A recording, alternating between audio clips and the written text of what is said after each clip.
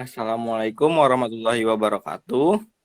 Kami perwakilan dari kelas A ingin menjelaskan tentang jurnal The Use of Natural Refrigerants in Refrigeration and Air Conditioning System.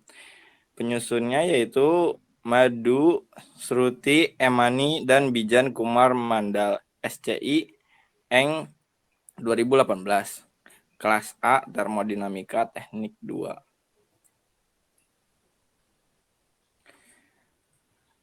Jurnal ini dipresentasikan dengan perwakilan yaitu Muhammad Adib Arifin dengan NPM 20 10 63 11 511, Muhammad Herjuno Darpito 20 10 63 11 514, dan Muhammad Wahyudin 20 10 63 11 515. Oke, selanjutnya saya akan menjelaskan tentang refrigeran. Nama saya Muhammad Adib Arifin, NPM 2010 6311. Refrigeran dibagi jadi 4 bab. Yang pertama, introduce, yaitu sejarah terbentuknya natural refrigerant. Kedua, properties of ideal refrigerants, mempelajari sifat-sifat ideal refrigerant. Ketiga, the natural refrigerants, mengetahui keuntungan dan kerugian dari refrigeran natural. Yang terakhir, keempat, kesimpulan dari refrigeran. Yang pertama, sejarah the natural refrigerant. The natural refrigerant seperti air, metil klorida, sulfur dioksida, karbon dioksida, dan amonia digunakan pada awal penemuan pendinginan mekanis. Sayangnya, terbukti beracun dan mudah terbakar. CFC atau chlorofluorokarbon dan HFC hidrofluorokarbon, refrigeran yang sangat baik dan efisien selama bertahun-tahun hingga tahun 1970-an. Penemunya yaitu Profesor James Lovelock.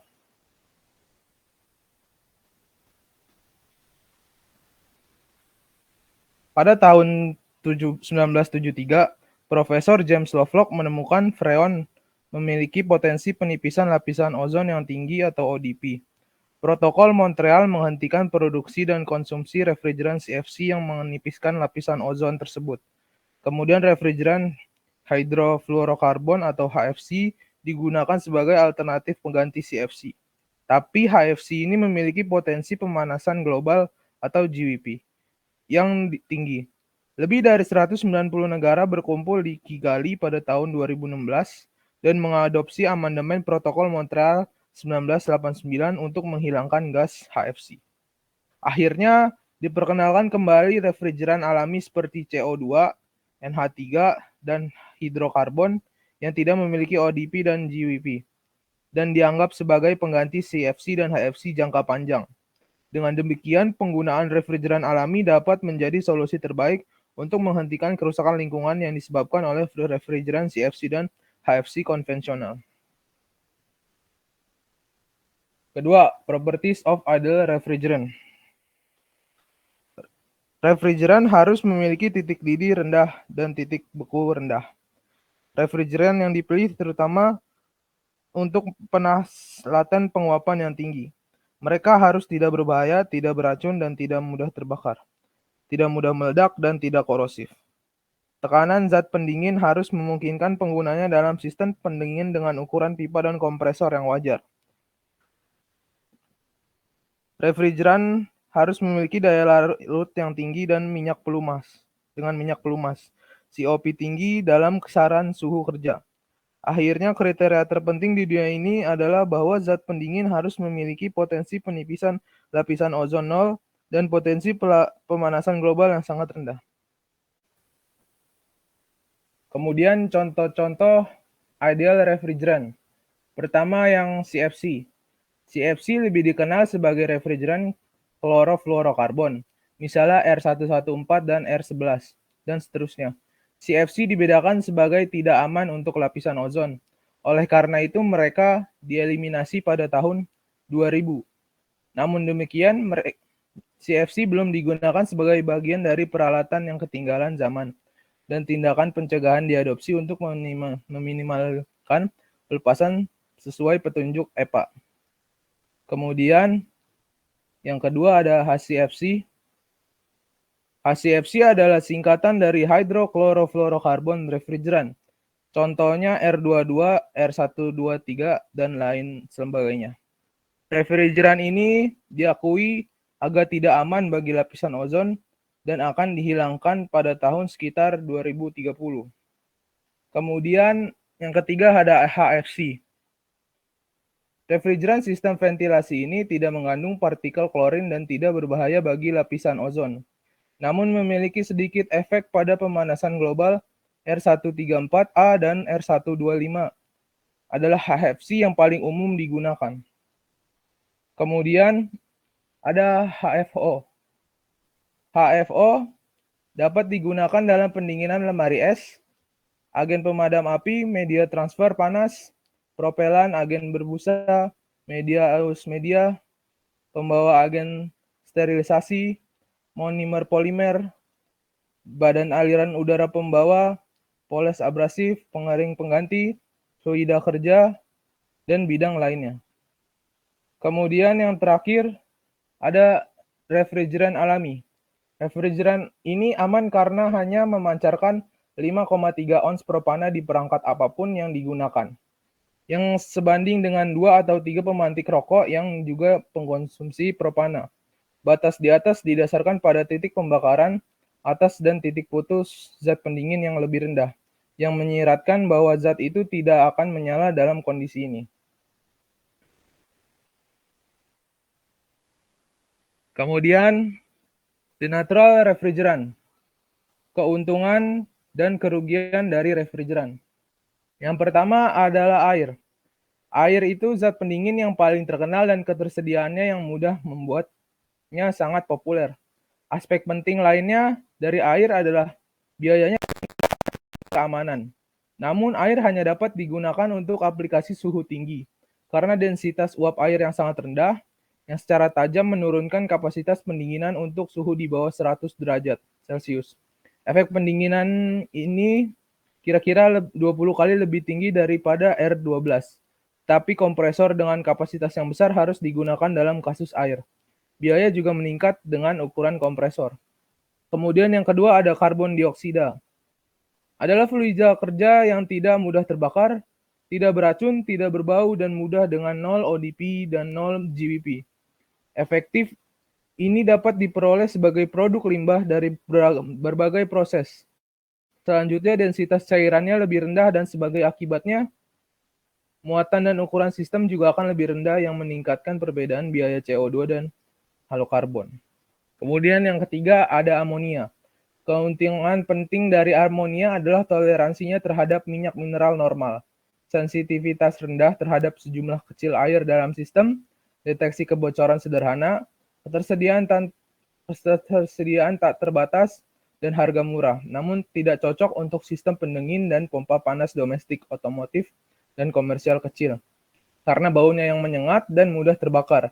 Sebaliknya, bau amoniak yang menyengat juga membantu dalam pendeteksian kebocoran dengan mudah pada konsentrasi serendah 5 ppm di udara, sementara konsentrasi ribuan kali lebih tinggi diperlukan untuk setiap kecelakaan yang terjadi.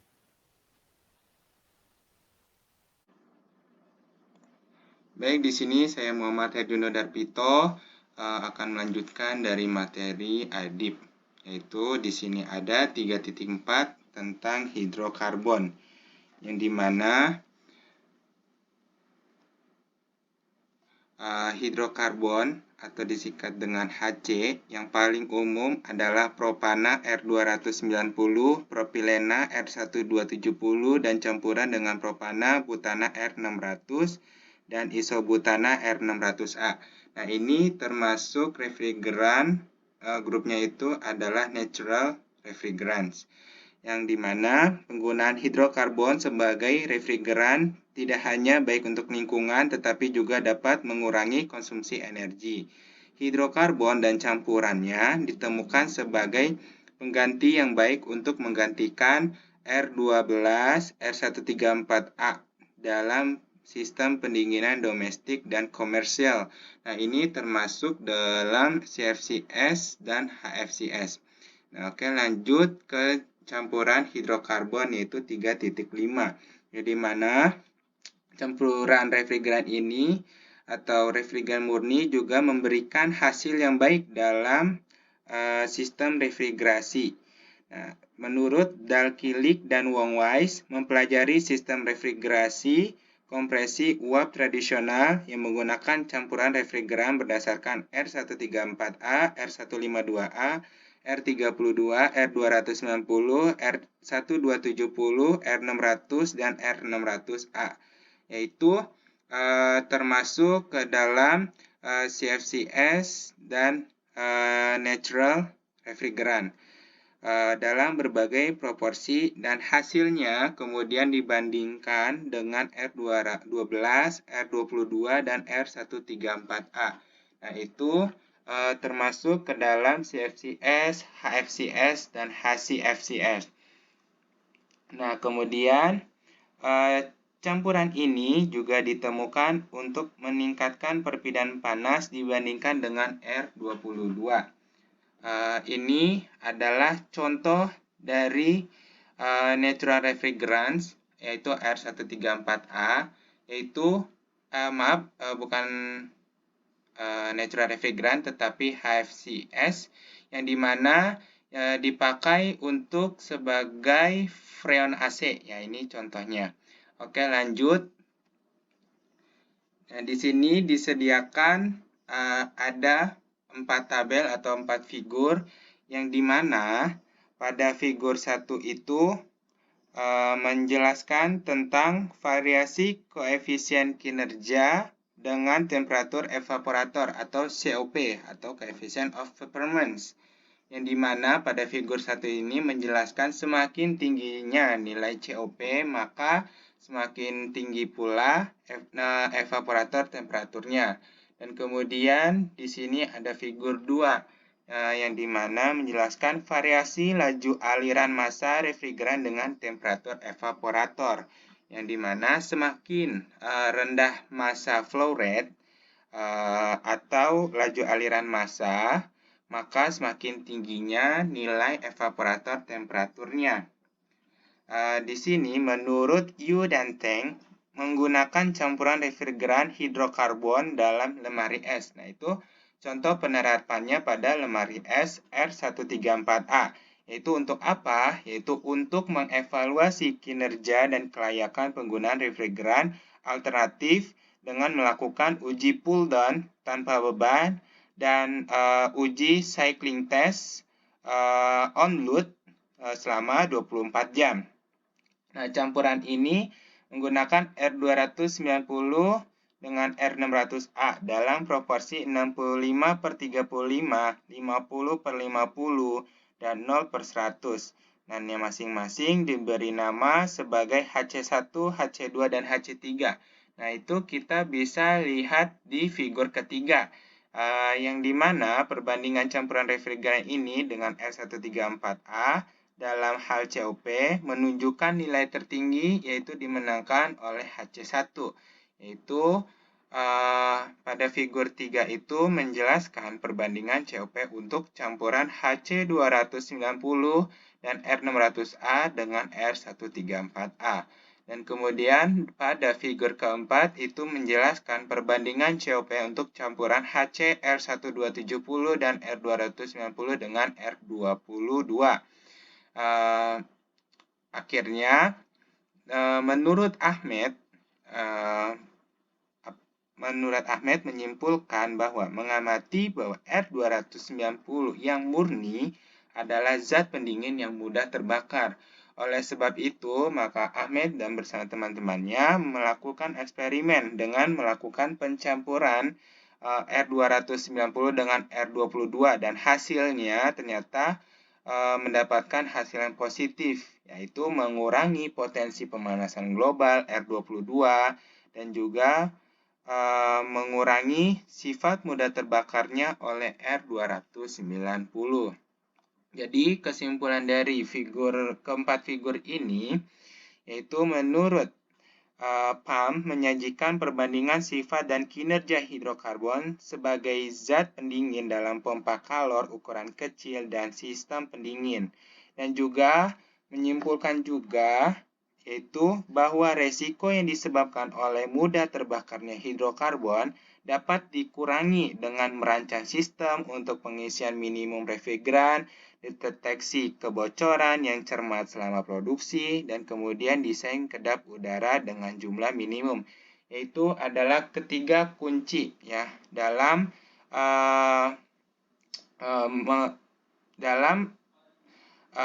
menyimpulkan bahwa mudah terbakarnya hidrokarbon dengan cara menguranginya, yaitu dengan merancang sistem, mendeteksi, kemudian mendesain. Oke, akan dilanjutkan oleh rekan saya Muhammad Wahyudin. Ya, terima kasih untuk Kang Herjuna dan Kang Adip. Di sini saya akan menyimpulkan dari jurnal tersebut, yaitu di mana refrigeran alami harus dipelajari dan dicoba secara maksimal karena peraturan masa depan tentang refrigeran sintetis bisa menjadi berat. Hidrokarbon dan campurannya berfungsi sebagai zat pendingin yang baik untuk berbagai sistem pendingin dan pendingin udara. Hidrokarbon murni R290 menggantikan R22 dan R600A, bukan R12 dan R134A. Ternyata cocok untuk masing-masing sistem pendingin udara dan pendingin juga. Campuran R290 per R600A dan campuran R290 per R1270 dapat menjadi pengganti yang baik untuk masing-masing R12 dan R22. Kelemahan hidrokarbon seperti sifat mudah terbakar dan toksisitas dapat diatasi masing-masing dengan menggunakan muatan minimum dan sistem deteksi kebocoran yang hati-hati. Sifat mudah terbakar juga dapat dikurangi jika hidrokarbon digunakan dalam campuran. Di sini terdapat nama mahasiswa kelas 4A Termodinamika Teknik 2.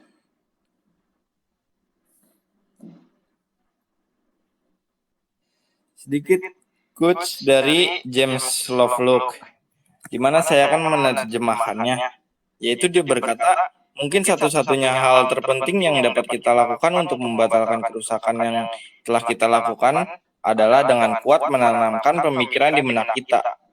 Bumi ini hidup. James Lovelock. Sekian presentasi dari kami, kurang lebihnya mohon maaf. Wabillahi taufik walhidayah. Wassalamualaikum warahmatullahi wabarakatuh.